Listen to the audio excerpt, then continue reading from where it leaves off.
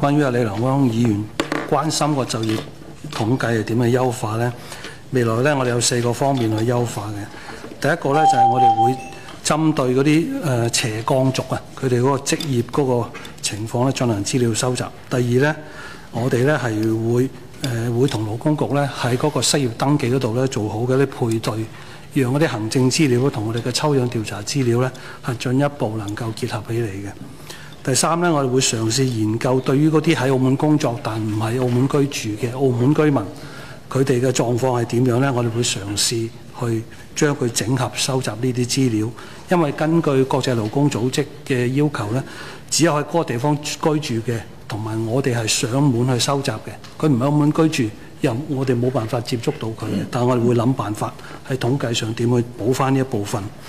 咁另外咧，會持續咧係利用一戶通咧，去便利市民去提供佢哋一啲準確嘅資料。我哋期望